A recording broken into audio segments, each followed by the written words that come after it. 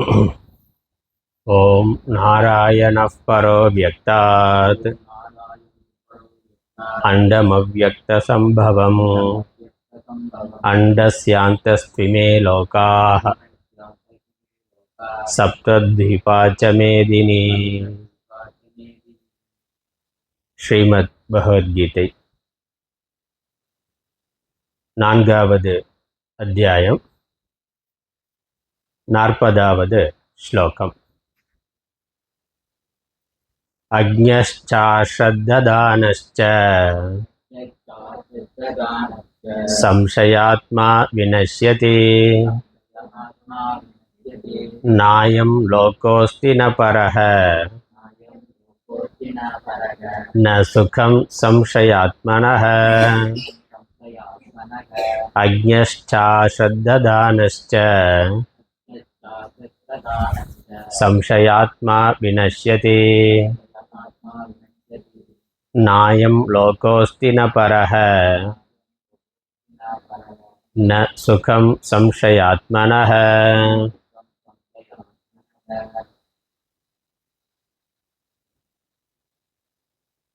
பகவான் ஸ்ரீகிருஷ்ணர் ஞான மகிமையை சொன்ன பிறகு, ஞான பலனை சொன்ன பிறகு, ஞான சாதனங்களை சொல்லுகின்றார்.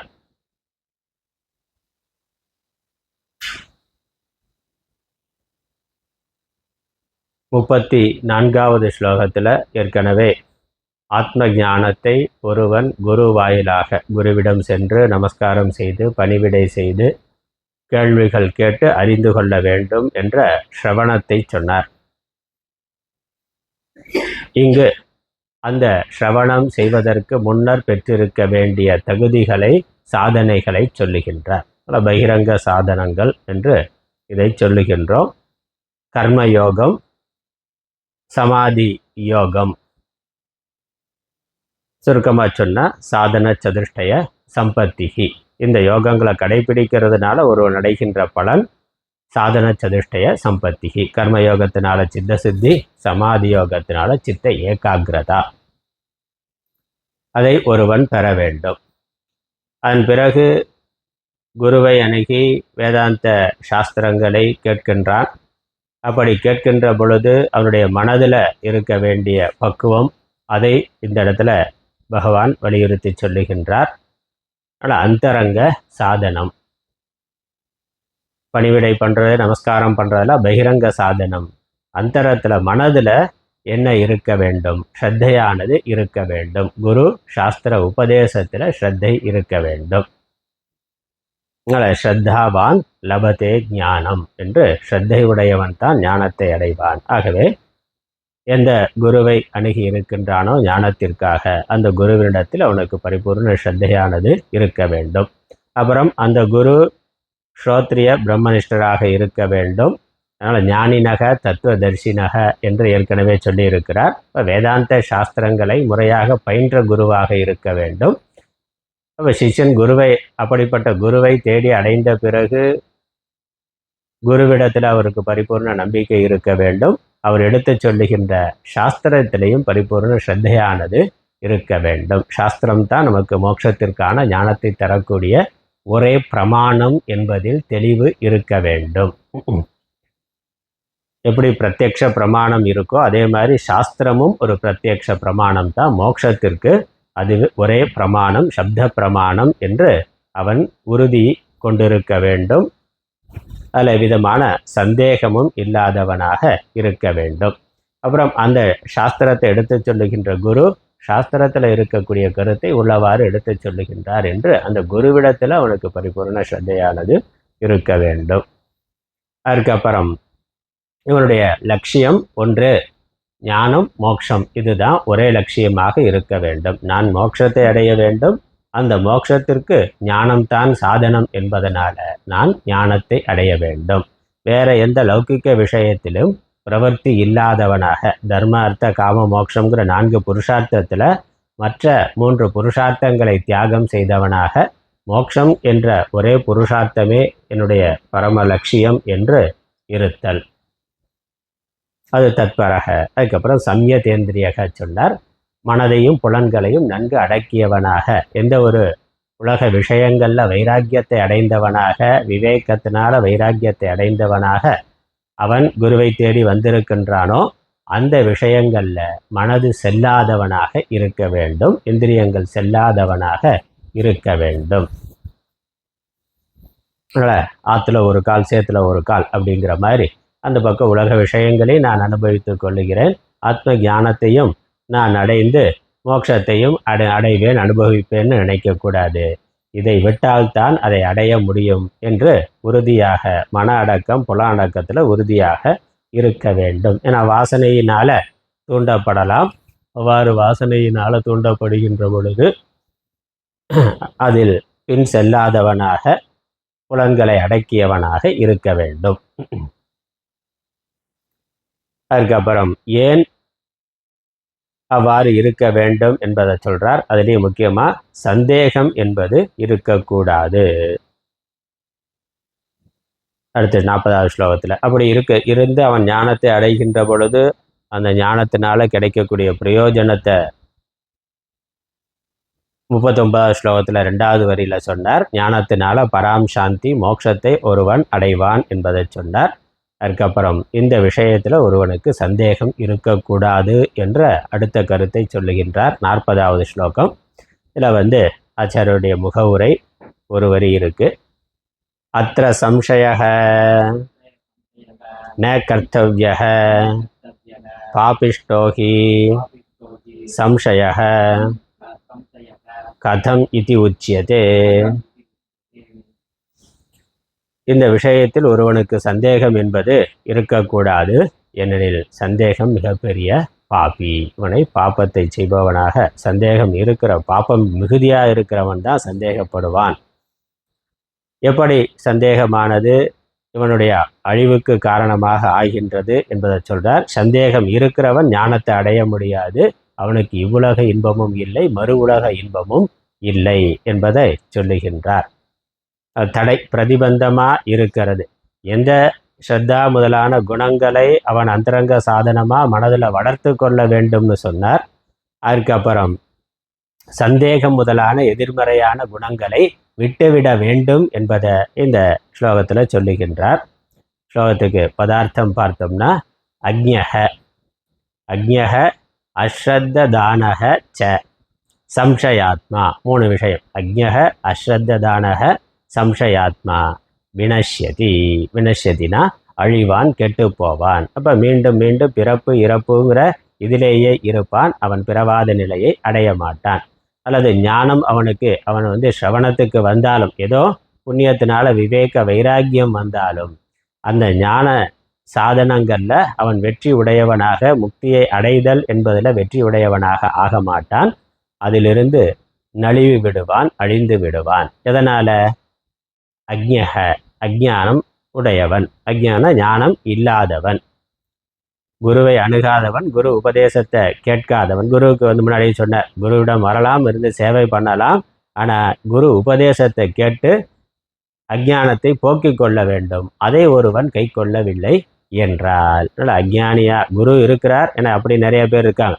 எண்ணற்ற குருமார்கள் உலகத்தில் பார்க்கிறோம். அவர்களுக்கு சேவை செய்து கொண்டிருக்கக்கூடியவர்களையும் பலரை பார்க்கிறோம்.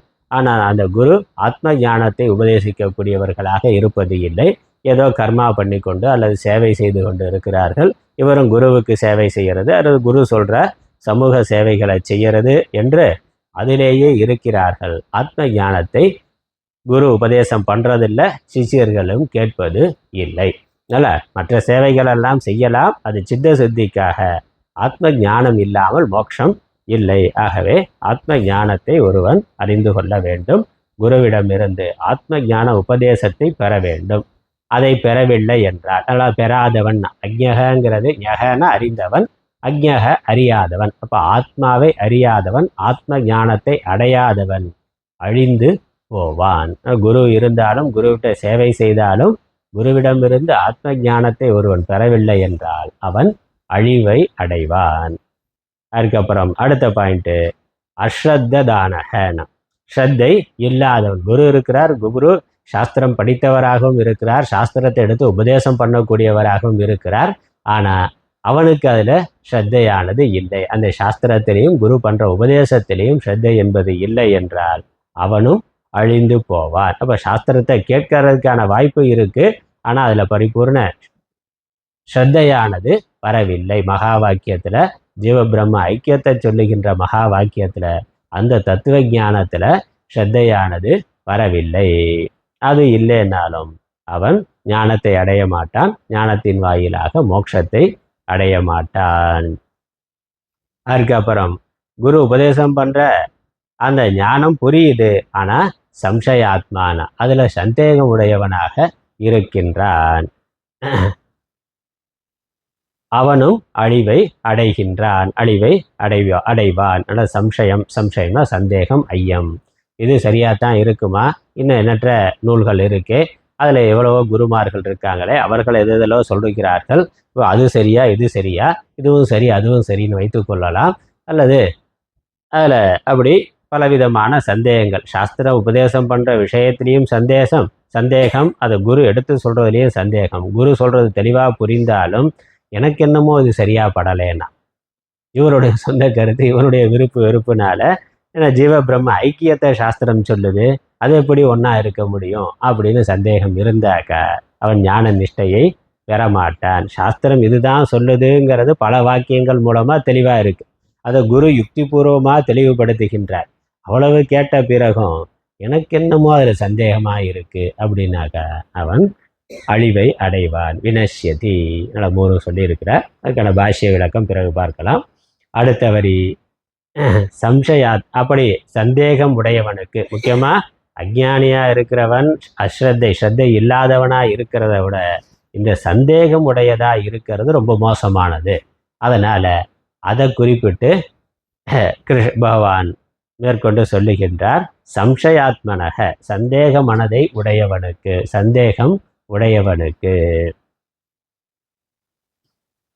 நாஸ்தி அயம் லோகக நாஸ்தி, இந்த உலக இன்பம், இந்த உலகம் என்பது அவனுக்கு இல்லை. இந்த உலகத்திலையும் அவன் உலக சுகங்களை, உலக வாழ்க்கையும் அவன் நல்ல விதமாக நடத்த முடியாது. சாமானிய லௌகிக்க வாழ்க்கையும் அவன் நல்ல விதமாக நடத்த முடியாது. அதுக்கப்புறம் பரஸ்ச ந, மேலுலகமும் அவனுக்கு இல்லை. சுகம் ந, சுகமும் இல்லை. ஏன்னா வேதாந்தம் படிக்க வர்றதுக்கு முன்னாடி வேதத்தினுடைய கர்ம காண்டத்தில் ஸ்ரத்தை இருக்கணும். அதுலேயே அவனுக்கு சந்தேகம் இருக்குன்னா வேதம்தான் பிரமாணமா? இன்னும் நிறைய நூல்கள் இருக்கே, லௌகிக்க விஷயங்கள் இவ்வளவு இருக்கே, வேதத்தை ஏன் நான் பிரமாணமாக ஏற்றுக்கொள்ளணுங்கிறதுலே சந்தேகம் இருக்குது. அப்புறம் வேதம் சொல்லுகின்ற கர்மா இருக்குது. நான் அவனுக்கு வைத்திய குடும்பத்தில் பிறந்திருக்கிறார், வேதம் பெரியோர்கள்லாம் பின்பற்றி இருக்கிறார்கள், மதத்திலேயும் நம்பிக்கை இருக்குது, வேதத்திலேயும் நம்பிக்கை இருக்குது. ஆனால் வேதம் சொல்கிற சொர்க்க நரக்கத்தில் நம்பிக்கை இல்லைன்னா, புண்ணிய பாபத்தில் நம்பிக்கை இல்லை. அப்படி நிறைய பேர் இருக்கான். மதவாதியாக இருப்பான், நல்லா ஹிந்துவாக இருப்பான், பட்டையெல்லாம் போடுவான், எல்லாம் இருக்கும், ஹிந்து மதத்தை பற்றியெல்லாம் பேசுவார். ஆனால் இந்த சொர்க்க நரக்கம் மட்டும் அதில் அவருக்கு ஸ்ரத்தை இருக்காது. அதெல்லாம் ஏன்னா அப்படி குழப்பி விடுறதுக்கு நிறைய பேர் இருக்காங்க, நிறைய சித்தாந்தங்கள் இருக்குது. சொர்க்கம் நரக்கம்ங்கிறதெல்லாம் தனியாலாம் ஒன்றும் கிடையாது. நம்ம மனசு எப்படி இருக்கோ அதன் அடிப்படையில் தான் சொர்க்கம் நரக்கம் இருக்குது, நம்ம சுற்றி தான் இருக்குது. அல்லது பயமுறுத்துறதுக்காக சொல்லியிருக்காங்க. அப்படியெல்லாம் உண்மையில் ஒன்றும் கிடையாது, இருக்க முடியாது, யார் போய் பார்த்தா அப்படிங்கிற கேள்வி. சாஸ்திரத்தில் ஸ்ரத்தை இருக்குது, வேதத்தை ஒத்துக்கிறார். ஆனால் அந்த சொர்க்க நரகம் பிரத்யட்சமாக இருக்கிற விஷயங்களை மட்டும் ஒத்துக்குவார். சாஸ்திரத்திலையும் எது பிரத்யட்ச பிரமாணத்துக்கு இங்கே அனுபவிக்கக்கூடியதாக இருக்கோ அதுக்கு மட்டும் ஒத்துக்குவார். ஏதாவது ஹோமம் பண்ணால் பணம் வரும் அப்படின்னா ஹோமம்லாம் பண்ணுவார். ஆனால் ஹோமம் பண்ணால் புண்ணியம் வரும், சொர்க்கத்துக்கு போகலாம்னா அதுல எல்லாம் எனக்கு நம்பிக்கை இல்லை, ஐ டோன்ட் பிலீவ் இட் அப்படின்னு சொல்லி அப்படி பேசுவார்னா. அப்படி இருக்கிற ஆள் இருக்கிறார். அப்போ கர்ம காண்டத்திலையும் புண்ணிய பாபத்தை சொல்லுகின்ற தர்ம விஷயங்களில், கர்ம விஷயங்களில் ஸ்ரத்தை இல்லைன்னா அதற்கு அந்த வைத்திய கர்மாவை அவன் முறையாக பண்ண மாட்டான், அதை பண்ண மாட்டான்.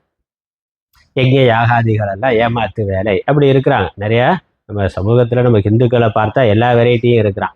ஒன்று மதத்தையே ஏற்றுக்கொள்ளாத ஆள் இருக்கான், மதத்தில் ஒரு பகுதியை மட்டும் ஏற்றுக்கொள்ளுகின்ற ஆள் இருக்கிறான். அவனுக்கு எது ஏற்புடையதோ அதை மட்டும் ஒத்துக்குவான். கோயிலுக்கு போகிறத மற்ற விஷயங்கள்லாம் ஒத்துக்குவார், ஜபம் தியானம்லாம் ஒத்துக்குவார். ஆனால் விக்கிரகத்தை வழிபாட்டை மட்டும் ஏற்றுக்க மாட்டார்னா. இல்லை மற்ற தான தர்மங்கள்லாம் ஒத்துக்குவார், ஆனால் இதை மட்டும் ஒத்துக்க மாட்டார். இந்த யஜ்ஞ யாகாதிகள் பண்ணுறதை ஒத்துக்க மாட்டார். வர்ண தர்மத்தை நான் ஒத்துக்க மாட்டேன், ஆசிரம தர்மத்தை ஒத்துக்க மாட்டேன், மற்ற இதெல்லாம் சரி, எது சயின்டிஃபிக்காக இருக்கோ அதை மட்டும்தான் ஒத்துக்குவேன். அப்படி பலவிதமான ஆட்கள் இருக்கிறார்கள். அதெல்லாம் இங்கே பார்த்து கொள்ளணும். அதனால் கர்ம காண்டத்திலேயே ஸ்ரத்தை இல்லாதவன் அந்த சொர்க்கம் முதலான உயர்ந்த லோக்கங்களை அடையிறதுக்கு என்ன கர்மா சொல்லியிருக்கோ ஸ்ரத்தை இல்லைன்னா அதில் பண்ண மாட்டான். அதில் சந்தேகம் இருந்தால் அவன் அதை பண்ண மாட்டான். இந்த கர்மா எப்படி அந்த பலனை தரும், இங்கே நாம் கொடுக்கறது எப்படி பித்திருக்களுக்கு போகும், கேள்வி கேட்குறான்ல. இங்கே வந்து தண்ணியை விட்டால் அது எப்படி பித்திருக்களுக்கு போகும், அது எப்படி அந்த லோகத்தில் இருக்கும், இது போகும் அங்கே போகும்னு எண்ணற்ற கேள்விகள் கேட்கிறார்கள். அப்போ சந்தேகம்ங்கிறது இருக்கின்றது. எல்லாத்துக்குமே எனக்கு அறிவியல் பூர்வமான விளக்கம் வேண்டும் அப்படிங்கிறது, அல்லது அனுபவபூர்வமான விளக்கம் வேண்டும்னு எதிர்பார்க்கிறது எல்லாமே சந்தேகம்தான். அதெல்லாம் ஸ்ரத்தை இல்லாத தன்மையை காட்டுகின்றது. அதனால் சந்தேகம் உடைய மனதை உடையவன் எந்த கர்மாவையும் ஒழுங்காக செய்ய மாட்டான். கர்மாவை செய்ய தர்மத்தையும் கடைபிடிக்க மாட்டான், கர்மாவையும் ஒழுங்காக செய்ய மாட்டான். ஆனால் கடவுள் பக்தியெல்லாம் இருக்கும். அப்படித்தான் 99 ஹிந்துக்கள் இருக்காங்க. 90% ஹிந்துக்கள் இல்லை 99% ஹிந்துக்கள் கடவுள் நம்பிக்கையெல்லாம் இருக்குது. கடவுள் நம்பிக்கையெல்லாம் இருக்குது, கோயிலுக்கு போகிறான், அதெல்லாம் சாமியெல்லாம் கும்பிட்றான். ஆனால் ஓட்டு போடுறது மட்டும் கோயிலை இடிக்கிற ஆளுக்கு ஓட்டு போடுவான். அதெல்லாம் பார்க்குறோம். அப்போ அந்த எங்கடா போச்சுன்னா அதெல்லாம் இல்லை, அதெல்லாம் அது வேற தனினா. எனக்கு கடவுள் நம்பிக்கையெல்லாம் இருக்குது, ஆனால் நான் பரம்பரையாக இந்த கட்சிக்கு தான் ஓட்டு போடுவேன், எங்கள் அப்பா தாத்தாலாம் அங்கே தான் போட்டார், அதுதான் வந்து புரட்சியை கொடுக்குது, சமூக நீதியை சொல்லுது, சமநீதியை சொல்லுது, வர்ண ஆசிரம தர்மங்களெல்லாம் தப்பானது அப்படின்னா. அப்போ ஏன் கோயிலுக்கு போகிறேன்னா அது வேற இது வேறன்னு அப்படிலாம் குழப்பி வச்சிருக்கிறான். குழம்பி போகிற ஆள் இருக்கிறான். அதனால் சம்சய ஆத்மான சாஸ்திரம் சரியானதுன்னா அது 100% எல்லா விஷயத்துலேயும் சரியானது தான். இதில் சில விஷயம் சரியானது, சில விஷயங்கள் சரி இல்லைன்னு சொல்கிற அளவுக்கு நம்ம புத்திசாலியாக என்ன? சாஸ்திரத்தை சொன்னவங்க யோகிகள், ஞானிகள், மகாத்மாக்கள். அப்புறம் அது ஈஸ்வரனுடைய வாக்காக வந்திருக்கு. அப்போ ஈஸ்வரனுடைய வாக்கிலேயே வந்து இதெல்லாம் சரியானது இதெல்லாம் தப்பானதுன்னு சொல்கிற அளவுக்கு நம்ம ஈஸ்வரனோட பெரிய ஆளா, இல்லை யோகிகள் மகாத்மாக்களை விட நாமெல்லாம் பெரிய ஆளுகளா, அந்தளவுக்கு புத்திசாலிகளா, இல்லை அந்தளவுக்கு தபஸ் ஏதாவது பண்ணி இருக்கிறோமா? ஒன்றுமே கிடையாது. அப்போ நம்மளுடைய அல்பமான அறிப்பை வைத்துக்கொண்டு இது வந்து முற்றிலும் தப்புனோ, இல்லை சில விஷயங்கள் சரி சில விஷயங்கள் தப்பு அப்படிங்கிறதோ அறியாமை தவிர வேற ஒன்றும் இல்லை. அதான் சந்தேகம். அந்த சந்தேகம் இருக்கிறவனுக்கு இந்த உலக வாழ்க்கையும் இல்லை, இந்த உலகமும் இல்லை, மறு உலகமும் இல்லை, சுகம் என்பதும் இல்லை. இந்த லோகத்திலையும் சுகம் இல்லை, மறுலோகத்திலையும் சுகம் இல்லை, அப்புறம் மோட்ச சுகம் என்பதும் அவனுக்கு இல்லை. இந்த லோகம் மறுலோகமே இல்லைன்னா அவனுக்கு மோட்சம் எப்படி கிடைக்கும்? அது வாய்ப்பு இல்லை. ஏன்னா கர்மத்திலே ஸ்ரத்தை இல்லைன்னா கர்ம யோகத்துக்கு எப்படி வருவான்? கர்ம யோகத்துக்கு வராமல் எப்படி ஞான யோகத்துக்கு அவன் வர முடியும்? அதனால் அவனுக்கு சுகம் என்பது இல்லைன்னு பகவான் தெளிவாக சொல்கிறார். இதற்கான பாஷ்யத்தை படிக்கலாம்.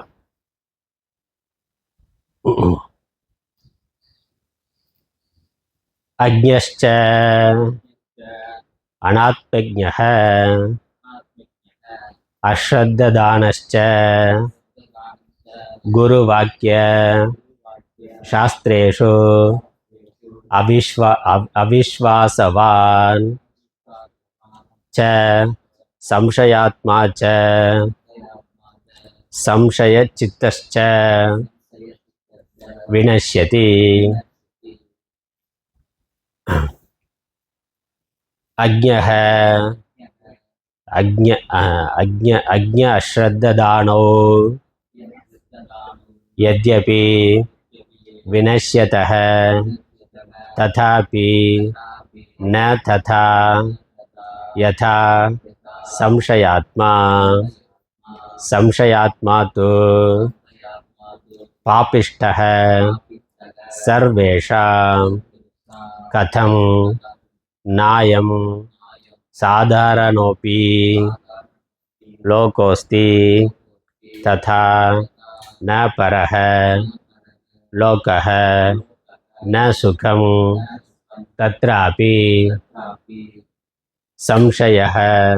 संशयोत्पत्तेः संशयात्मनः संशयचित्तस्य तस्मात् संशयः न कर्तव्यः. கீழே இருக்க சுவிட்சிங்க. கீழே ரெகுலேட்டர்கிட்ட இருக்குல்ல, அதில் போடுங்க. அதில் எல்லாத்தையும் போட்டுவிடுங்க.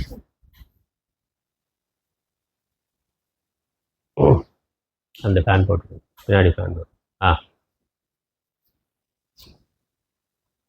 அப்போ அக்ஞக ச அஸ்ரத்த தானக ச. அக்ஞகங்கிறதுக்கு ஆச்சாரிய விளக்கம் கொடுக்கிறார். அனாத்மஜ்ஞக, அக்ஞகனா அனாத்மஜ்ஞக, ஞகனா அறிந்தவன். எதை அறிந்தவன்? ஆத்மாவை அறிந்தவன்.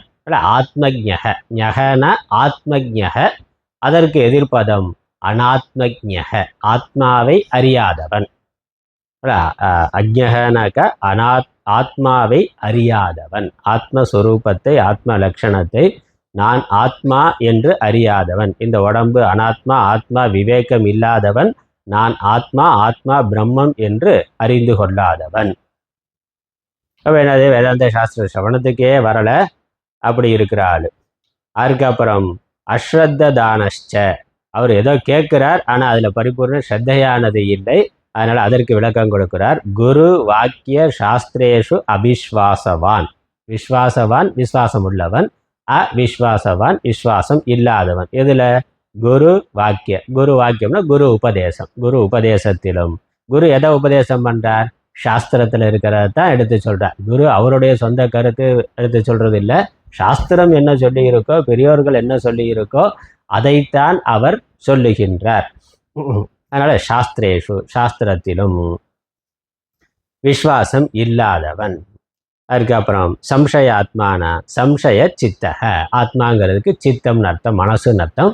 சந்தேகமுடைய மனதை உடையவன். ஆத்ம ஞானம் இல்லாதவன், விஸ்வாசம் இல்லாதவன், சந்தேகமுடைய மனதை உடையவன். கேட்கிறார், விஸ்வாசம் இல்லைன்னா பாடமே ஒழுங்காக கேட்க மாட்டான். விஸ்வாசம் இருக்கு, பாடம் கேட்டாலும் இந்த சந்தேக புத்தி இருந்தாக்கா அவன் அந்த பாடத்தை அதுலேயே மனசு இருக்கிறதுக்கு மனசு போகாது. எதில் முழு நம்பிக்கை இருக்கோ அதுதான மனசு போகும். அப்போ அதில் சந்தேகம் இருந்தாக்கா மனசு ஒருமுகப்படுதல் என்பது நடக்காது. அதனால் சம்சயாத்மா, சம்சய சித்தக என்னது? வினஷ்யதி. வினஷ்யதிங்கிறதுக்கு விளக்கம் கொடுக்கல, அது நமக்கு தெரியும்னு விட்டார் ஆச்சாரியர். அதுக்கப்புறம் இங்கே அடுத்த 2வது வரிக்காக சொல்கிறார். இந்த சம்சயாத்மனக அப்படிங்கிறதுக்காக அக்ஞக அஸ்ரத்த தானோ, 2 பேர், ரெண்டும் சேர்ந்து அஜ்ஞானியாகவும் இருக்கான், ஸ்ரத்தை இல்லாதவனாக இருக்கிறான். யத்யபி வினஷ்யதக, இந்த 2 பேரும் ஒரே ஆளுக்கிட்ட 2 இருக்கலாம். அஜ்ஞானமும் இருக்கலாம், ஸ்ரத்தை இல்லாமலும் இருக்கலாம். இல்லை அஜ்ஞானம் இருக்கிற ஆள், ஸ்ரத்தை இல்லாமல் இருக்கிற ஆள், 2 பேர். இந்த 2 பேரும் அழிவார்கள் என்பதில் சந்தேகம் இல்லை. வினஷ்யதக, அவர்கள் அழிவார்கள் என்று இருந்தாலும் ந ததா யதா சம்சயாத்மனக, சம்சயாத்மா அழிகிற அளவுக்கு அங்கே அழிய மாட்டான்னா. இந்த 3ல் எது ரொம்ப மோசமானதுன்னா சம்சயம், சந்தேகம்ங்கிறது தான். அதனால் ஆச்சாரியர் இப்படி கொடுக்குறார். ஏன்னா தனியாக குறிப்பிட்டு சம்சயாத்மனக ந அயம் லோகன்னு 2வது வரி இருக்கிறதுனால அஜ்ஞானியும் ஸ்ரத்தை இல்லாதவனும் அழிவதைப் போல அவர்கள் அழிவதை விட, அது எப்படி எடுத்துக்கணும், யதா ததா, இந்த சம்சயாத்மனக சம்சயாத்மா யதா ததா ந, அஜ்ஞானிக்கும் ஸ்ரத்தை இல்லாதவனுக்கும் அழிவு இருக்கிறது என்றாலும் சம்சயம் இருக்கிறவன் அளவுக்கு இல்லை. அப்படி அந்த வாக்கியத்துக்கு நிறைய அர்த்தம் சொன்னாக்கா, அஜ்ஞானிக்கும் ஸ்ரத்தை இல்லாதவனுக்கும் பார்த்தா அக்ஞ அஸ்ரத்த தானோ தித்தியா விபக்தி. யத்யபி வினஷ்யதக, அவர்கள் அழியக்கூடியவர்களாக இருந்தாலும், ததாபி அப்படியே இருந்தாலும், அவர்களுக்கு அழிவு உண்டு என்று இருந்தாலும், ந ததா யதா சம்சயாத்மா, யதா சம்சயாத்மா ந ததா, சம்சயம் இருக்கக்கூடியவனுக்கு அழிவு இருக்கிற அளவுக்கு இவர்களுக்கு இல்லைனா. அப்போ இவர்கள் 2 பேரை விட சந்தேகம் இருக்கிறவன் இன்னும் மோசமான அழிவை பெறுவான் என்பது தான். அதாவது சந்தேகம்ங்கிறது, சந்தேகம் என்னும் கொல்லினா, சந்தேகங்கிற ஒரு பெரிய பிசாசு, சந்தேக பேயின்னு சொல்கிறோம், சந்தேக பிசாசுன்னு சொல்கிறோம். அது ஒரு பெரிய ஆபத்து. இந்த வேதாந்தத்துக்கு வர வேண்டாம், லௌகிக்க குடும்ப வாழ்க்கையிலேயே சந்தேகம் இருக்கிறவன் நிம்மதியாக இருக்க முடியாது. கணவனுக்கு மனைவி மேலேயோ இல்லை மனைவி கணவன் மேலேயோ சந்தேகம்ங்கிறது வந்தால் அதுக்கப்புறம் அந்த வாழ்க்கைங்கிறது நிம்மதி இருக்காது. அவங்க தப்பாக ஒரு வேளை தப்பாக இருக்கலாம், அதற்கு ஆதாரங்கள் இருக்கலாம். ஆனால் தப்பு இல்லாமலே தப்பாக இருப்பாங்களோ அப்படின்னு ஒரு மனுஷன் மனசில் சந்தேகம் வந்தால் அதுக்கு மேலே அவன் வாழ்க்கையில் நிம்மதியாக இருக்கிறதுக்கான வாய்ப்பே இல்லை. கணவனோ மனைவியோ யாரோ ஒரு பொண்ணோட்டே இன்னொரு அந்நியமான ஒருத்தர்கிட்ட பேசுகிறாங்க, கொஞ்சம் சிரித்து பேசுகிறாங்க அப்படின்னா உடனே சந்தேகம், ஏதோ தப்பாக இருக்குமா அவங்களுக்குள்ள அப்படின்னு ஒரு சந்தேகம் இவனுக்கு. அந்த மனைவி மேலே கணவன் மேலே நம்பிக்கை இல்லாமல் பல வருஷமாக வாழ்ந்துருக்காங்க, 10-20 வருஷமாக கூட வாழ்ந்துருக்கலாம். திடீர்னு ஏதோ ஒரு சம்பவத்தை பார்த்துட்டு அதனால் ஒரு சந்தேகம் இவன் மனதில் வந்ததுனாக்கா அதற்கப்புறம் அவன் வாழ்க்கையில் சாகிற வரைக்கும் நிம்மதியாக இருக்க முடியாது. அதை நம்ம உலக வாழ்க்கையில் பார்க்குறோம். அந்த சந்தேகத்தினுடைய மிகுதியினால் என்ன பண்ணுறான், கொலையே பண்ணுறான். சந்தேகத்தினால தப்பாக இருந்து கொலை பண்ணால் அதுக்கு கூட ஏதோ அதுவே நியாயம் கிடையாது. இருந்தாலும் உண்மையிலேயே அவங்க நேரடியாக அவன் பார்த்துட்டான், பிரத்யட்சமாக பார்த்துட்டான், தப்பாக இருக்காங்க, அதனால வெட்டுறான், குத்துறான், கொலை பண்ணுறான் அப்படின்னா கூட ஒரு நியாயம் இருக்குது. ஆனால் உண்மையிலேயே அவர்கள் அப்படி இல்லாமல் யதார்த்தமாக இருக்கிறவர்கள் மேலே அவன் சந்தேகப்பட்டு அதனால கொலை பண்ணுற அளவுக்கு போகிறான் பார்க்கிறோம். அப்போ அதை விட மோசமான ஒரு நோய் கிடையாது. அவன் கொலை பண்ணலைன்னாலும் சேர்ந்து வாழ்ந்தாலும் மனசில் சந்தேகம் இருக்கிற பொழுது அவனும் நிம்மதியாக இருக்க மாட்டான், கூட இருக்க துணையையும் நிம்மதியாக இருக்க விட மாட்டான். சந்தேகத்தில் கேள்வி கேட்டுக்கொண்டே இருப்பான், அங்கே ஏன் போனால், இங்கே ஏன் போனால், அதை ஏன் பேசுகிற அப்படின்னு சொல்லி ஏகப்பட்ட கட்டுப்பாடு அவர்களுடைய சுதந்திரத்தை முழுக்க பறிக்கிறது இப்படி இருப்பான். அப்போ அவனும் நிம்மதி இல்லாமல் அவனை சார்ந்தவர்களும் நிம்மதி இல்லாமல் சந்தேகமுடையவர்கள் ஆக்கி விடுகிறார்கள். அதனால் சந்தேகங்கிறது ரொம்ப மோசமான ஒரு நோய். குடும்ப வாழ்க்கையிலையும் ரொம்ப மோசமானது. ஆன்மீக வாழ்க்கைக்கு வந்தோம், சாஸ்திரத்தில் சந்தேகம் இல்லை, குரு மேலே குரு சாஸ்திரத்தில் ஸ்ரத்தை இல்லை, சாஸ்திரம் சொல்கிற விஷயங்கள்லேயே அவருக்கு சந்தேகம் இருக்குது. அது எப்படி சொர்க்கம் இருக்கும், நரக்கம் இருக்கும், அதெல்லாம் சும்மா வர்ண தர்மம், ஆசிரம தர்மம்லாம் சரியில்லை, அதெல்லாம் இல்லை அப்படின்னு சொல்லி அதில் சந்தேகம். சாஸ்திர விஷயத்தில் சந்தேகம், குரு எடுத்து சொல்கிற விஷயத்தில் சந்தேகம்னா குரு சரியாகத்தான் சொல்கிறாரா அப்படின்னு குரு சொல்கிறார். சாஸ்திரம் சரியாகத்தான் சொல்லுது, அது குரு சரியாக சொல்கிறாரான்னா குரு மேலே ஒரு சந்தேகம். இதெல்லாம் இருந்தாக்கா அவன் பாப்பிஷ்டங்கிற. அதனால் இந்த சந்தேகம் இருக்கிறவன் அழிவை அடைகிற அளவுக்கு அஞ்ஞானியும் ஸ்ரத்தை இல்லாதவன் அழிவை அடைவது இல்லை. அவர்களும் அழிவை அடையக்கூடியவர்கள் தான், ஆனால் இவன் அளவுக்கு அவன் மோசமான அழிவை அடைய மாட்டான். அதனால் சம்சயாத்மாத்து பாப்பிஷ்டக சர்வேசாம்னா எல்லா மனிதர்களிடத்திலும் சந்தேக பிராணி அவன் தான் பெரிய பாப்பினா. சந்தேகம்ங்கிறது ஒரு பெரிய பாப்பம். ஒருவேளை வாழ்க்கை துணை இல்லை நம்ம சார்ந்து இருக்கக்கூடியவர்கள் அவர்கள் சரியாகவே இல்லைனாலும் நம்ம மனசில் சரியாக தான் இருக்காங்கன்னு நினச்சிக்கிறது நல்லது. நாம் நிம்மதியாக இருக்கணும்னா அவங்க சரியாகவே இல்லாமல் இருக்கலாம், ஏதோ காரணத்தினால அவர்கள் சரியில்லாமல் இருக்கலாம், அவங்க விதியாக இருக்கலாம். ஆனால் நம்ம மனசில் நாம் நிம்மதியாக இருக்கணும்னா அவர்கள் நல்லா தான் இருக்கிறாங்கன்னு நினைக்கணும். அவர்கள் நல்லா தான் இருக்காங்க. ஒருவேளை தப்பு பண்ணால் அது அவர்களுடைய விதி, துரோகம், அதற்கான பாப்பம் அவர்களுக்கு அடுத்த பிறவியில் பின்னாடி வரலாம். அது அவர்களே காலத்தினால உணர்வார்கள், அல்லது திருத்திக் கொள்வார்கள், அல்லது கடவுள் பார்த்துக்குவார்னு. இவன் மனசில் சந்தேகம் இல்லாமல் இருக்கிறது தான் இவன் நிம்மதியாக இருக்கிறதுக்கு வழி. அதனால் சாஸ்திரம் கண்டிப்பாக தப்பாக சொல்லாது, அது இறைவனுடைய வாக்கு. குரு ஒருவேளை அவருடைய அறியாமையினால அல்லது அவருடைய வேற ஏதோ தோஷத்தினால முன்ன பின்ன சொல்லலாம். ஆனால் குரு மேலே பரிபூர்ண ஸ்ரத்தை இருந்தால் கண்டிப்பாக அது தப்பாக வராது, இவனுக்கு சரியான வழி கிடைக்கும். அதனால் அந்த ஸ்ரத்தைங்கிறது முக்கியமானது, சந்தேகம் இல்லாமல் இருக்கிறது முக்கியமானது. அதனால் ஆச்சாரியர் ஒரே வார்த்தையில் சொல்லிட்டார், சர்வேஷாம் பாப்பிஷ்டகனா. எல்லா மனிதர்களை விட சந்தேகம் உடையவன் தான் பெரிய பாப்பினா. கதம் எப்படின்னா, ஏன் பாப்பினா, ஏன்னா அவனுக்கு எந்த விதத்துலேயும் அவன் சுகத்தை பார்க்கலைன்னா பாப்பம் தான் அர்த்தம். அவன் பாப்பத்தினால தான் அவன் அப்படி சந்தேக பிராணியாக இருக்கிறான்னா. அதனால் சொல்கிறார், ந அயம் சாதாரணோப்பி லோக்கக அஸ்தி. அல்ல அஸ்தினா ந அஸ்தினாங்கிறது அங்கே போட்டுக்கணும். அயம் சாதாரணோப்பினா இப்போ நம்ம இருக்கக்கூடிய இந்த லோகம், சாதாரணமாக இப்போ வாழ்ந்து கொண்டு இருக்கக்கூடிய இந்த உலகத்திலேயே ஒருவன் சந்தேகம் உடையவனாக இருந்தால் இந்த உலகமே அவனுக்கு இல்லை. அப்போ இந்த உலகத்தில் இருக்கக்கூடிய சுகத்தை கூட அவன் சாமானியமாக அனுபவிக்க முடியாது. சுற்றி இருக்க மனிதர்கள் மேலே நம்பிக்கை இல்லைன்னா நிம்மதி இருக்காது. இல்லை வாங்கி வைத்திருக்க ஜடப்பொருள்கள் மேலேயே நம்பிக்கை இல்லாதவன் இருக்கான். அப்படி நிறைய எல்லாத்துக்கும் சந்தேகப்படக்கூடிய ஆள். தூங்கி இருக்கிற போது ஃபேன் தலையில் கலந்து விழுந்துட்டா என்ன பண்ணுறதுன்னா அப்படி நினைக்கிற ஆள்லாம் இருக்கான். மனிதர்களை ஏமாற்றுவாங்க, அது ஒரு பக்கம். ஜடப்பொருள் அது திடீர்னு இந்த ஃபேனு கலந்து தலை மேலே விழுந்தா எப்படின்னு நினைச்சான்னா நிம்மதியாக தூங்க முடியுமா? அப்படி இருக்கிற ஆள் இருக்கிறான். சைக்கிளில் போகிற பொழுதே திடீர்னு பிரேக் பிடிக்காம போயிட்டா என்ன பண்ணுறது அப்படின்னு பைக்கையே தொடாத ஆள் இருக்கிறான். வாழ்நாள் முழுக்க நான் நடந்து தான் போவேன், இந்த சைக்கிள்லையோ பைக்கிலையோ கார்லையோ எனக்கு நம்பிக்கை இல்லை அப்படின்னு இருக்கிற ஆள் உலகத்தில் இருக்கிறார்கள். அப்படியெல்லாம் ஆள் இருக்கிறார்கள். அப்போ மனிதனையும் நம்ப மாட்டான், ஜடப்பொருளையும் எதையும் நம்ப மாட்டான். அது தப்பாயிட்டா என்ன பண்ணுறது அப்படின்னா, தப்பான பிறகு பார்த்துக்கலாம், அது நல்லா இருக்கிற வரைக்கும் நல்லா அனுபவிக்கலாமேனா. ஆனால் அந்த சந்தேகம் இருந்த அவனுக்கு இந்த லோகமே கிடையாது. இந்த லோகத்திலையும் அவன் எங்கேயும் எதையும் சாதிக்க மாட்டான், எதையும் செய்ய மாட்டான். சந்தேகத்திலேயே எல்லாத்தையும் தள்ளி போட்டுக்கிட்டே இருப்பான். அதே மாதிரி ந பரக லோகன, பரலோகமும் அவனுக்கு பரக லோகக ந, பரலோகமும் இல்லைன்னா. ஏன்னா அதுக்கான கர்மாவையும் பண்ண மாட்டான், அதெல்லாம் அதிர்ஷ்டமானது. அப்போ ஒழுங்கா தான தர்மமோ இல்லை வேதாந்தம் சொல்லியிருக்கக்கூடிய கர்மத்தை சரியா செஞ்சாதான் அதற்கு கர்ம பலனா புண்ணியம் மேல் உலகம் கிடைக்கும்.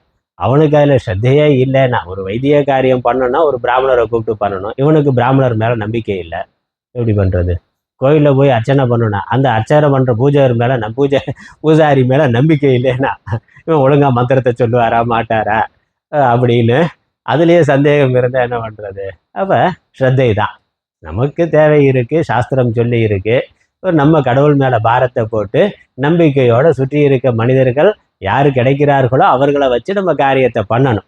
அதுவும் பண்ணுவானா, சரியாக பண்ணுவானா, மாட்டானா, அது பண்ணுவானா, இது பண்ணுவானா, ஏமாத்திடுவானா அப்படின்னு நினச்சிக்கிட்டே இருந்தா எதுவுமே செய்ய முடியாது. அப்போ இந்த உலகமும் இல்லை, மறு உலகமும் இல்லை. அது மட்டுமல்ல, ந சுகம் தத்ராபி சம்சய உற்பத்தேகே ந சுகம், சம்சயம் உற்பத்தி ஆனவனுக்கு சுகம் என்பதே இல்லை. இந்த லோகத்திலையும் இல்லை, மறுலோகத்திலையும் இல்லை. கடைசியில் மோட்சம் அதுவுமே இல்லைன்னா மோட்சம் எப்படி வரும்? மோட்சம் என்பதும் இல்லை. அவனுக்கு வாழ்க்கையில் சுகம் என்பது இல்லவே இல்லை. அதனால தான் பெரிய பாப்பின்ட்டார். ஏன்னா பாப்பம் எங்கே இருக்கோ அங்கே சுகம் இருக்காது. உலகத்திலேயே மிக மோசமான பாப்பி, சுகத்தை கொஞ்சம் கூட அனுபவிக்க முடியாத ஆள் யாருன்னா சந்தேகம் இருக்கிற ஆள் தான். அதனால அவனுக்கு சுகம்ங்கிறது இல்லவே இல்லை. ஆகவே அவன் மகா பாப்பி.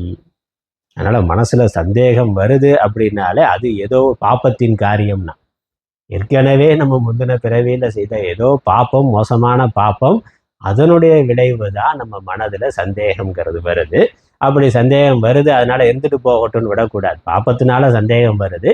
இப்போ நம்மளுடைய விவேகத்தினால இந்த ஏதோ பாப்பத்தினால நம்ம மனசில் சந்தேகம் வருது. இந்த சந்தேகம் இருக்கிற வரைக்கும் நம்ம சுகமாக இருக்க முடியாது. அதனால சந்தேகத்தை விட்டு விடலாம்னு சந்தேகத்தை விட்டுறணும்.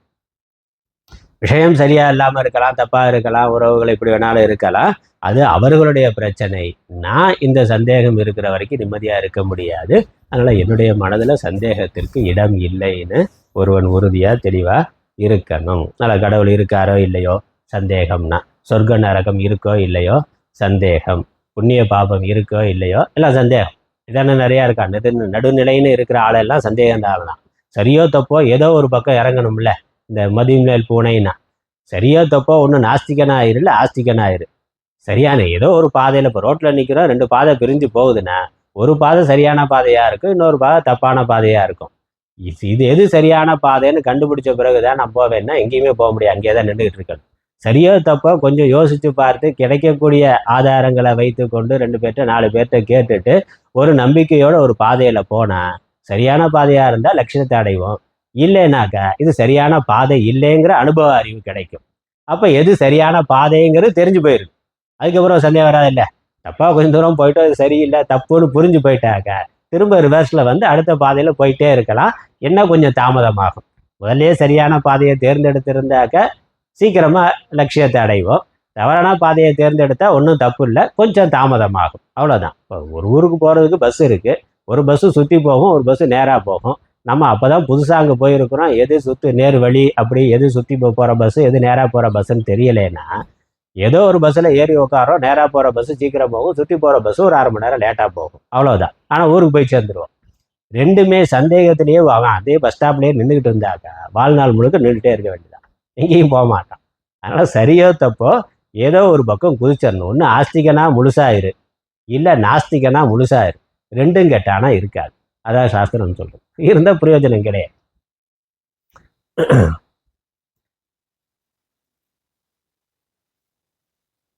அதனால அதுதான் இங்க சொல்றார் ஆச்சாரியர் தெளிவாக சொல்லிட்டார் பாபிஷ்டகனா. அதனால அவனுக்கு எந்த விதத்திலையும் பகவான் சொல்லிட்டார், எந்த விதத்திலையும் அவனுக்கு சந்தேகம் என்பது இல்லை. அதனால என்ன சொல்ற, சம்சய ஆத்மனகங்கிறதுக்கு விளக்கம் சம்சய சித்தஸ்ய, ஆத்மனகங்கிறதுக்கு சித்தஸ்ய மனசு, சந்தேகமுடைய மனதுனா.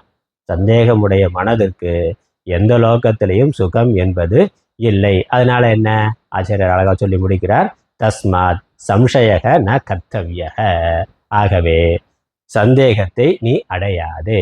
அதனால கிருஷ்ணர் சொல்றது உபதேசம் பண்றது கிருஷ்ணர் பகவானா இல்லையானா அதுல ஒரு சந்தேகம்.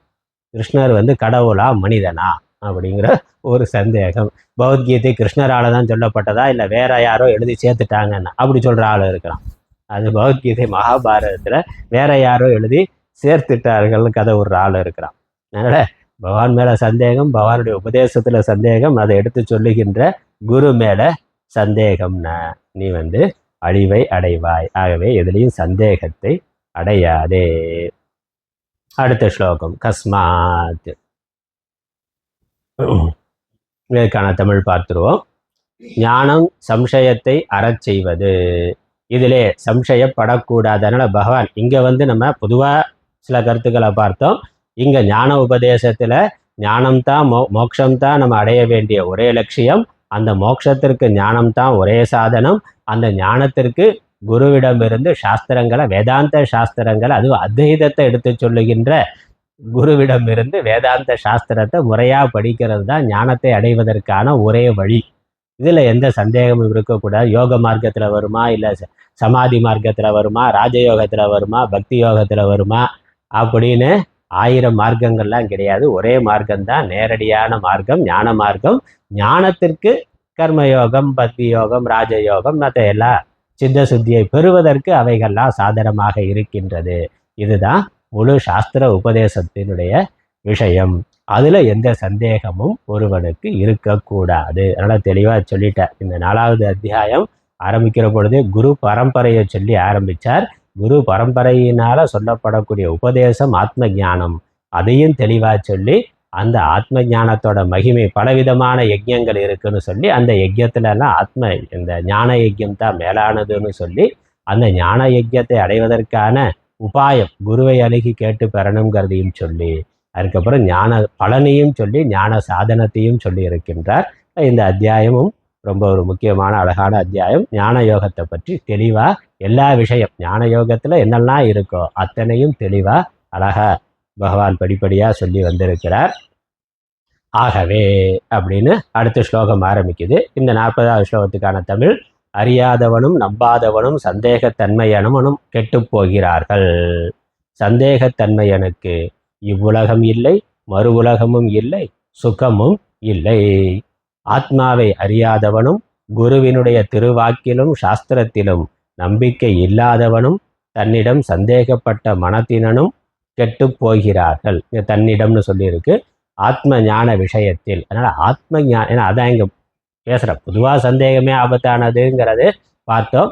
இங்க முக்கியமான பகவான் உபதேசம் பண்ற விஷயம் என்னது, ஆத்மாவை பற்றிய விஷயம், தன்னை பற்றிய விஷயம். இந்த விஷயத்துல அதனால தன்னிடம்ங்கிற வார்த்தை இருக்கு. இந்த தன்னிடம் சந்தேகப்பட்ட மனத்தினனும் கெட்டு போகிறார்கள். அஞ்ஞானியும் நம்பிக்கை இல்லாதவனும் கெட்டு போகிறார்கள் என்றாலும் சந்தேக மனத்தினன் எவ்வாறோ அவ்வாறு இவர்கள் கெட்டு போவது இல்லை. அப்படின்னு என்ன அர்த்தம், சந்தேகப்படுறவன் எந்த அளவுக்கு மோசமாக கெட்டு போறானோ அந்த அளவுக்கு இவன் கெட்டு போறது இல்லை. அதனால நிறைய கெட்ட பழக்கம் இருக்கு. அதுல மோசமான கெட்ட பழக்கம்னு ஒன்று சொல்றான்ல, மற்ற எல்லாத்த விட இதுதான் மோசமானதுன்னா அப்படி.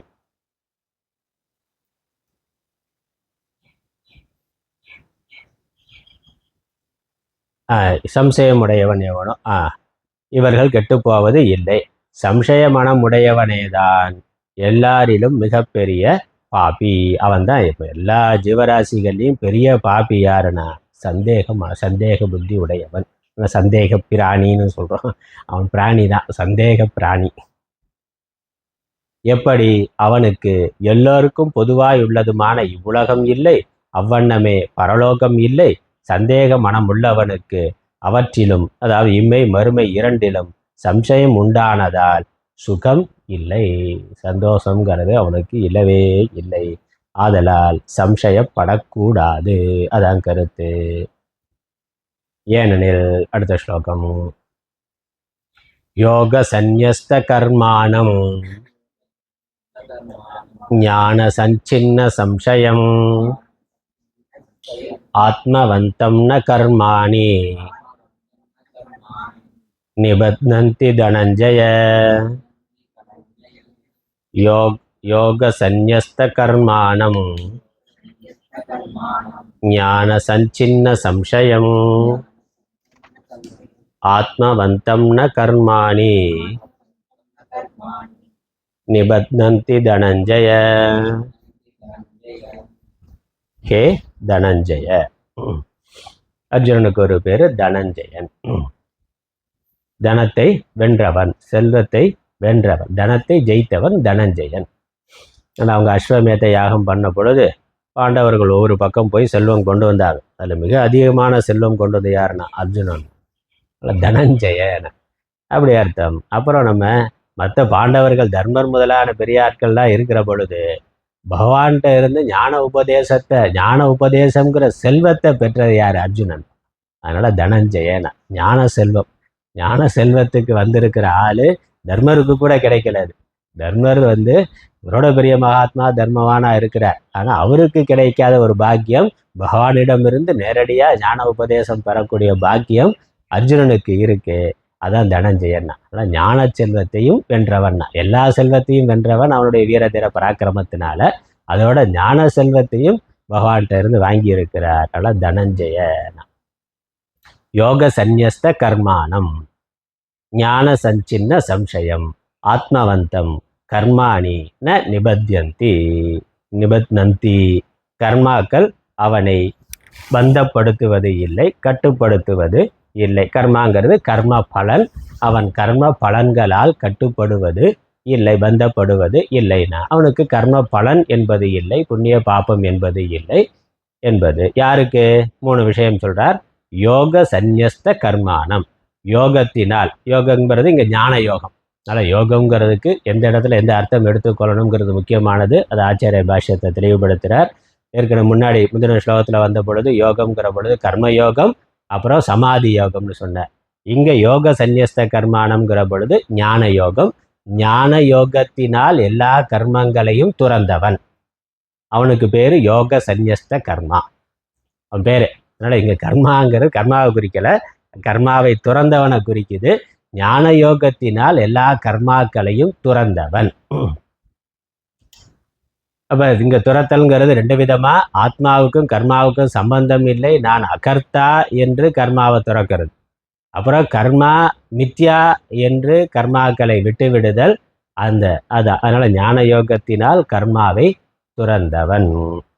அதுக்கப்புறம் ஞான சஞ்சின்ன சம்சயன், ஞானத்தினால் எல்லா சந்தேகங்களும் அழிந்தவன்.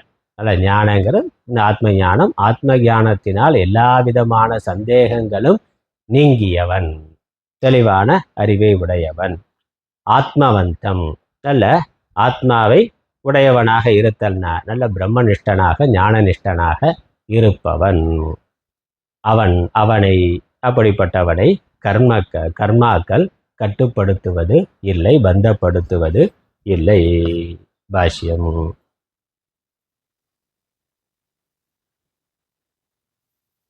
யோக சந்நியஸ்த கர்மாணம் பரமார்த்த தர்சன லக்ஷணேன யோகேன சந்நியஸ்தானி கர்மாணி ஏன பரமார்த்த தர்ஷினா தர்மா ஆக்கியானி தம் யோக சந்நியஸ்த கர்மாணம் கதம் யோக சந்நியஸ்த கர்ம இத்யதஹ ஆக ஞான சஞ்சின்ன சம்சயம் ஞானேன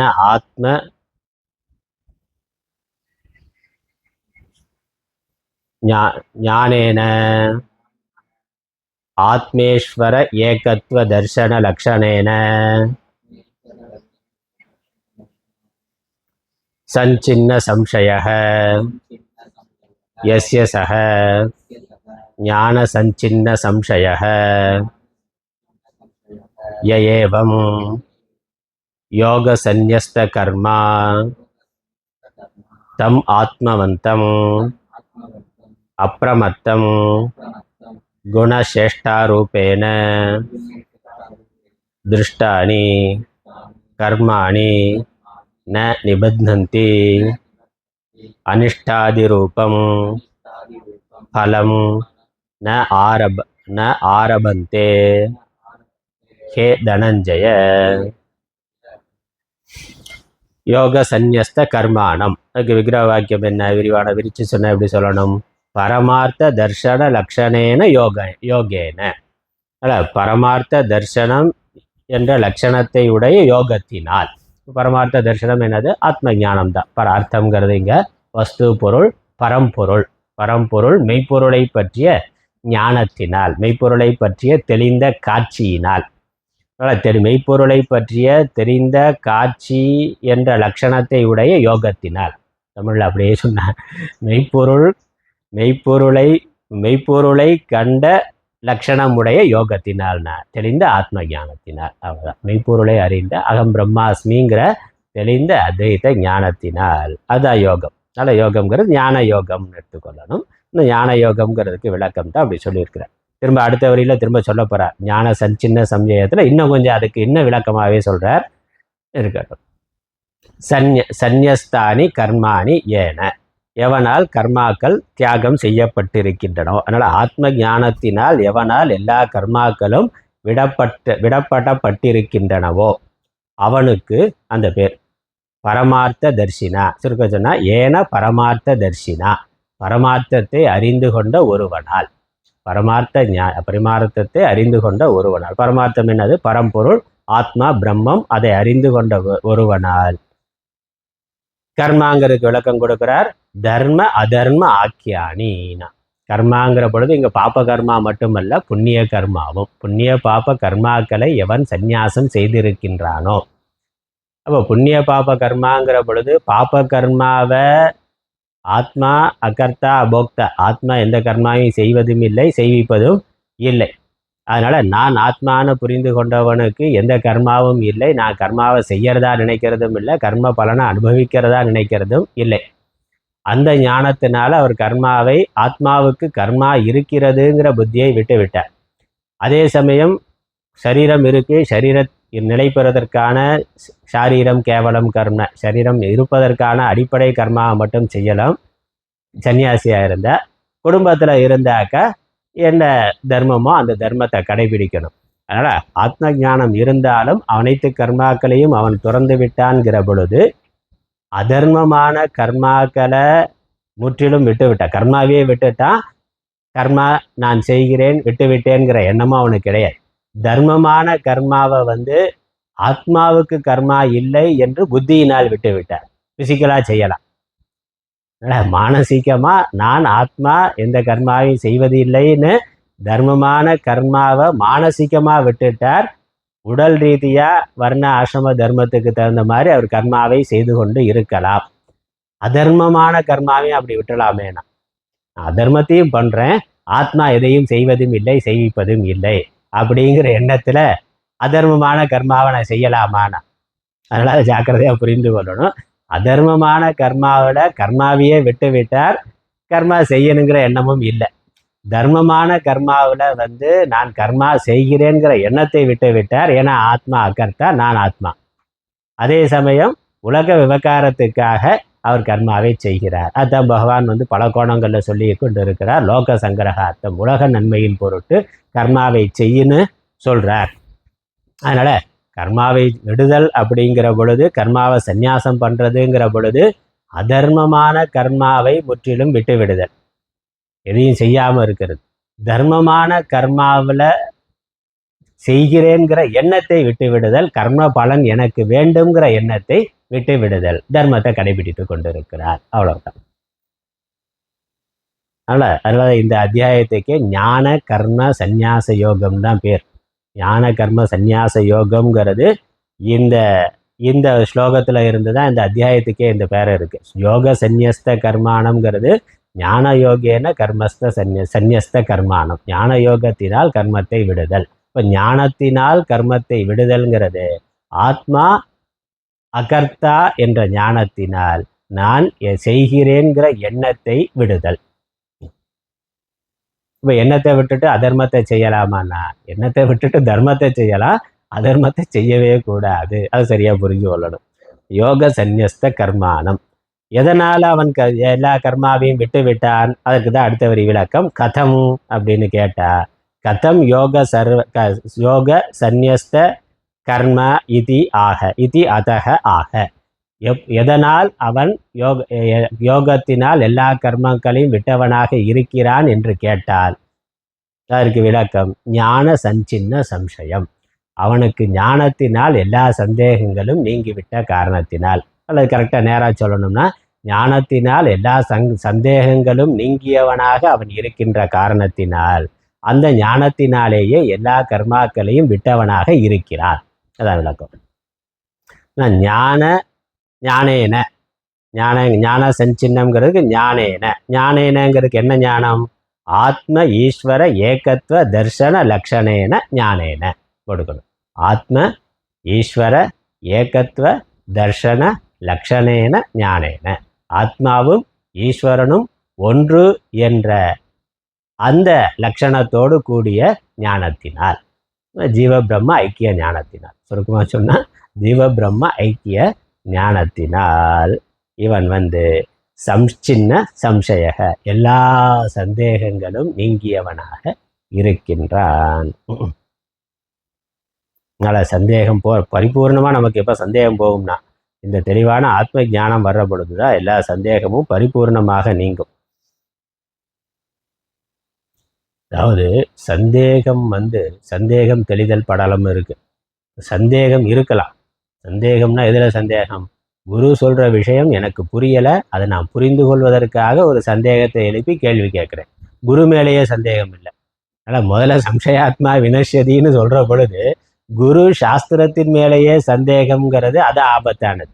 குரு சொல்கிற சாஸ்திரம் சொல்கிற ஒரு விஷயத்தில் அதை புரிந்து கொள்றதுல எனக்கு சந்தேகம் இருக்குது, அந்த சந்தேகத்தை நான் கேட்டு தெளிவுபடுத்தி கொள்கிறேன்னா அது தேவையான அதுக்கு மனநம் சொல்லியிருக்கிறோம். அப்படி சந்தேக நிவர்த்தி ஆகிறதுக்கு மனநம்னு பேர். அப்போ சந்தேகம் இருக்கணும். குரு சொல்கிற உபதேசத்தில், சாஸ்திரம் சொல்கிற உபதேசத்தில் புரிந்து கொள்றதுல நமக்கு சந்தேகம். இங்கே சொல்கிற அர்ஜுனனே அதானே கேட்குறான், நீங்கள் சொல்கிறது சரிதான், ஆனால் அது எனக்கு புரியலையே, குழப்புற மாதிரி இருக்கேன்னு. அதனால் என்னுடைய சந்தேகத்தை தெளிவுபடுத்துங்க. ஞானம் பெருசா, கர்மம் பெருசா, இல்லை சந்நியாசம் பெருசா, கர்மாவை பண்ணுறது பெருசா அப்படின்னு கேள்வி கேட்குறான். அதனால் குரு மேலேயோ சாஸ்திரத்தின் மேலேயோ இருக்கக்கூடிய சந்தேகம்னா அது வேற, அதுதான் ஆபத்தானது. குரு சொல்கிற விஷயத்தில், சாஸ்திரம் சொல்கிற விஷயத்தில் எனக்கு சந்தேகம் இருக்குது, அதை நிவர்த்தி பண்ணக்கூடிய ஆள் யார்? குரு தான். குரு மேலேயே சந்தேகம் இருந்தால் என்ன பண்ணுவான்? குருவை மாற்றிடுவான்.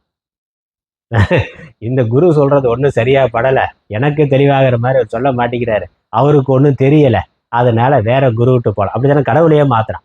கடவுளையே மாற்றுற போது குருவை மாற்றுறது ஒன்றும் பெரிய விஷயம் இல்லை. இந்த கடவுள் ஒன்று எனக்கு அனுகிரகம் பண்ணுற மாதிரி தெரியலை, என்னுடைய வறுமை போகலை, பிரச்சனை போகலை, அதனால இந்த கடவுள் ஒன்றும் சக்தி வாய்ந்த கடவுளாக தெரியல, இவரோட அவர் தான் பவர்ஃபுல், அதனால அந்த கடவுளுக்கு போகிறேன், அந்த மதத்துக்கு போகிறேன்னு சொல்லி கடவுள் மேலேயே சந்தேகத்தில் மதம் மாறி போகிறேன், அதுதான் ஆபத்தானது அப்படிங்கிறதான் இங்கே சொல்கிறார். அதனால் குரு சாஸ்திர விஷயத்தில் சந்தேகம் கேட்டு தெளிவுபடுத்தி கொள்றதுங்கிறது அது ஸ்ரத்தையோட பண்ண வேண்டியது. அங்கே தான் ஸ்ரத்தைங்கிறது முக்கியமாகுது. இந்த குரு என்னுடைய சந்தேகத்தை தெளிவுபடுத்திடுவார். என்னுடைய சந்தேகத்தை தெளிவுபடுத்துறதுக்கு குருவினால முடியும், இந்த சாஸ்திரத்தினால முடியும் அப்படிங்கிறது. அதனால் அதை பார்த்துக்கணும். அதனால் என்ன இங்கே ஞானத்தினால் எல்லா சந்தேகங்களையும் போக்கி கொண்டவன்னா, இப்போ சந்தேகம் இருந்ததில்லை, ஞானம் வர்றதுக்கு முன்னாடி அவனுக்கு நிறைய சந்தேகம் இருந்தது. குரு சொன்னதில், சாஸ்திரம் சொன்னதில் சந்தேகம் இருந்தது. ஒவ்வொரு கேள்வியாக கேட்டு கேட்டு கேட்டு கேட்டு அவன் தெளிவுபடுத்தி கொண்டான். அதுக்கு தான் மனநம்னு சொல்கிறோம். அப்போ அப்படி மனநம் செய்து சந்தேகத்தை போக்கி கொண்டான். அதனால முதல்ல சொன்ன யோக சந்நியஸ்த கர்மானம்ங்கிறது ஸ்ரவணத்தை குறிக்குது. ஞான சஞ்சின்ன சம்சயம்ங்கிறது மனநத்தை குறிக்குது. அடுத்த வரி ஆத்மவந்தம்ங்கிறது இருக்கே, அது நிதித்தியாசனத்தை குறிக்குது. சந்தேகம் இல்லாம தெரிந்து கொண்ட விஷயத்தை அதற்கப்புறம் தனிமையான ஒரு இடத்துல உட்கார்ந்து அவர் ஆத்ம தியானம் பண்ணி ஞான நிஷ்டையை அடைகிறான். அது மனநத்தை குறிக்கிறது. ஆகவே யார் இந்த ஸ்ரவண மனன நிதித்தியாசனத்தை ஒழுங்கா செய்கிறார்களோ அவர்களுக்கு எல்லா கர்மங்களும் அழிந்து விடுகின்றன. அதான் விஷயம். அதனால யக ஏவம் யோக சந்நியஸ்த கர்மா தம் ஆத்மவந்தம்னா, எவன் இப்படி ஞான யோகத்தினால் எல்லா கர்மாக்களையும் துறந்தவனாக இருக்கின்றானோ, எல்லா சந்தேகங்களையும் ஞானத்தினால் போக்கிக் கொண்டவனாக இருக்கின்றானோ, அவன் ஆத்மவந்தனாகவும் எவன் இருக்கின்றானோ. ஆத்மவந்தம்ங்கிறதுக்கு என்ன சொல்றார்? அப்பிரமத்தம்னா. அப்பிரமத்தம்னா என்னது? கவனக்குறைவு இல்லாமல் விழிப்பாக இந்த ஞானத்துல கேட்டு தெளிவுபடுத்தி கொண்ட ஞானத்துல விழிப்பாக எவன் இருக்கிறானோ. பிரமத்தம்னா கவனக்குறைவு, அப்பிரமத்தம்னா கவனக்குறைவு இன்றி, அத ஞான நிஷ்டைன்னு சொல்றோம். அதுல தெளிவா உறுதியா இருக்கிறது. அதுக்கப்புறம் குண சேஷ்டா ரூபேன திருஷ்டானி. அதுக்கப்புறம் கர்மா நடக்குது. அந்த கர்மா எப்படி நடக்குதுன்னா, குணா குணேஷு வர்த்தந்தே, குணங்களில் பொருந்துகின்றன. அனாத்ம விஷயத்துல அனாத்ம விவகாரங்கள்ல தான் கர்மா நடக்குதே ஒழிய ஆத்மாவிடத்தில் கர்மா இல்லை என்று காண்பவன். கர்மண்ய கர்மய பஷ்யேத்து ஆரம்பிச்சாரே, அந்த 18வது ஸ்லோகத்துல இருந்து இங்க முடிவுக்கு வருகின்றது. அதனால ஆச்சாரியார் அதை ஞாபகப்படுத்துறார். குணசேஷ்டா ரூபேன திருஷ்டானினா, இந்த குணங்களால் கர்மா நடக்கின்றது என்று காண்பவன். ஆத்மா நடத்தல குணங்கள் கர்மாவை செய்கின்றன என்று காண்பவன். அது ஆத்ம ஞானம். ஆத்மா நித்திய அகர்த்தா அபோக்தா, நான் ஆத்மா. இந்த விஷயத்த குருவிடமிருந்து சிரவணம் பண்ணி தெரிந்து கொண்டால் அதில் என்னெல்லாம் சந்தேகம் வந்ததோ எல்லா சந்தேகத்தையும் கேட்டு தெளிவுபடுத்தி கொண்டு நான் ஆத்மா என்று ஆத்மவந்தனாக, அதுல நிஷ்டையுடையவனாக, ஆத்மாவை அடைந்தவனாக எவன் இருக்கின்றானோ அவன் அதற்கப்புறம் கர்மாவை எப்படி பார்க்கிறான்? குணச்சேஷ்டேஷு ரூபேன திருஷ்டானி, குணங்களுடைய சேஷ்டையாக கர்மாங்கள் நடக்கின்றன என்று எவன் பார்க்கின்றானோ அவன் கர்மாணி ந நிபத்னந்தி, அவனை கர்மாக்கள் கட்டுவது இல்லை. அனிஷ்டாதி ரூபம் பலம் ந ஆரபந்தே, அந்த கர்மாவானது அனிஷ்டம் முதலான பலங்களை, அனிஷ்டம்னா பாப்பம் துன்பம் முதலானவைகளை கொடுக்கக்கூடிய கர்ம பலனானது ந ஆரபந்தே உண்டாவது இல்லை. ஹே தனஞ்சய அர்ஜுனா, அவனுக்கு புண்ணிய பாபம் இல்லை, அவன் ஜீவன் முக்தனாக விதேக முக்தனாக ஆகிறான்கிறது. தமிழ் அர்த்தம் படிச்சு முடிப்போம். ஏனெனில் தனஞ்சய ஞான யோகத்தால் கர்மத்தை துறந்து, ஞான யோகத்தினால் கர்மத்தை துறந்துங்கிற பொழுது தர்மத்தை கடைபிடிக்கிறான். அந்த தர்மமும் ஆத்மாவுக்கு இல்லைங்கிற ஞானத்தோட தர்மத்தை கடைபிடிக்கிறார். ஆத்மாவுக்கு தர்மமும் இல்லை, அதர்மமும் இல்லை, புண்ணிய பாபம் இல்லை, நான் ஆத்மா, நான் எந்த செயலையும் தர்மத்தை செய்கிறார். ஆனால் நான் தர்மத்தை செய்கிறேன், நான் தர்மத்தை கடைபிடிக்கிறேங்கிற எண்ணம் இல்லாமல் செய்கின்றார். சம்சயம், ஞானத்தால் சம்சயம் அறப்பெற்று எவ்விதமான சந்தேகம், எல்லா சந்தேகங்களும் நீங்க பெற்று கவனத்தோடு இருப்பவனை கர்மங்கள் கட்டுப்படுத்த மாட்டார். பரம்பொருளை காண்பவன் அந்த பரம்பொருளை காணுதல் என்னும் யோகத்தினால் தர்மம் அதர்மம் எனப்படுகின்ற கர்மங்களை துறந்து நிற்கிறான் என்பது எப்படி கூறுகிறார்? தர்ம அதர்மம் ரெண்டையும் துறந்து நிற்கின்றார். இதுல புத்தியில மனசுல அனைத்தையும் விட்டவனாக அவர் இருக்கின்றார். அவன் தன்னையும் ஈஸ்வரனையும் ஒன்றாக காணுதல் எனும் ஞானத்தினால் சம்சயம் அறப்பெற்றவன். இந்த ஜீவ பிரம்ம ஐக்கிய விஷயத்துல விதமான சந்தேகமும் இல்லாமல் நல்ல நிஷ்டை பெற்றவன். தனஞ்சய, ஹே தனஞ்சய, எவன் இவ்வாறு யோகத்தால் சர்மங்களை திருத்திக்கணும், கர்மங்களை துறந்தவனோ, இப்படி இந்த ஞான யோகத்தினால் எல்லா கர்மங்களையும் துறந்தவனோ, புத்தியில இருந்து நீக்கியவனோ, நான் செய்கிறேன்கிற எண்ணத்தை நீக்குதல் கர்மத்தை துறத்தல். அப்போல எல்லா கர்மாவும் மித்யா என்று புரிந்து கொள்ளுதல் தான் கர்மாவை துறத்தல். இந்த கர்மா எல்லாம் மித்யா, ஆகவே கர்ம பலனா வரக்கூடிய புண்ணிய பாப்பமும் மித்யா. இந்த சரீரமும் மித்யா, உலகமும் மித்யா. இந்த உலகத்துக்கு வர்றதுக்கு காரணமாக இருந்த புண்ணிய பாபம் மித்யா, புண்ணிய பாபம் ஏற்படுவதற்கு காரணமாக இருந்த கர்மா அதுவும் மித்யான்னு. இங்கே எல்லாம் மித்யான்னு புரிந்து கொள்றது தான் கர்மத்தை துரத்தல். அதனால் கர்மங்களை துறந்தவனோ அந்த சாவதான அப்புறமத்தங்கிறதுக்கு தமிழ் வார்த்தை தமிழ் வார்த்தை, அதுவும் சம்ஸ்கிருத அர்த்தம் தான்.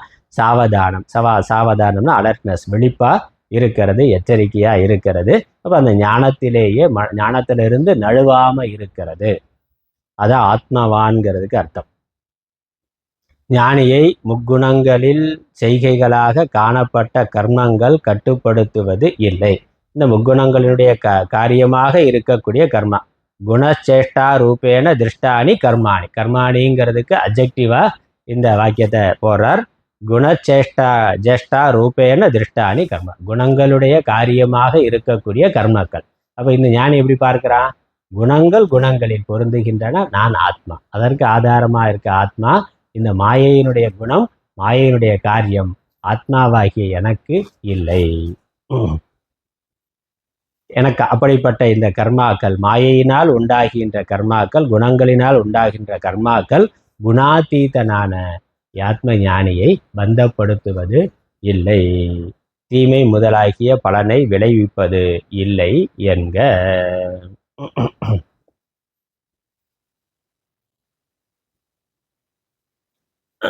அடுத்து இறுதியான ஸ்லோகம். ஸ்லோகத்தை மட்டும் படிச்சிருவோம், அர்த்தம் அடுத்த வகுப்புல பார்க்கலாம்.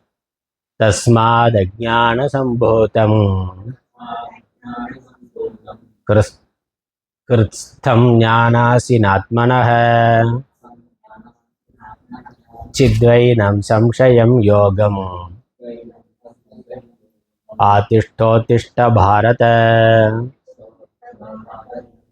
ஓம் பிரபன்ன பாரிஜாதாய தோத்ரபேத்ரைக்கபாணயே ஞானமுத்ராய கிருஷ்ணாய கீதாமிருததுஹே நமः. ஓம் ஈஸ்வரோ குருராத்மேதி மூர்த்திபேதவிபாகினே व्योमवत्याप्तदेहाय दक्षिणामूर्तये नमः. ओं पूर्णमदः पूर्णमिदं पूर्णात् पूर्णमुदच्यते पूर्णस्य पूर्णमादाय पूर्णमेवावशिष्यते. ओं शान्ति शान्ति शान्तिः. हरिः ओम्.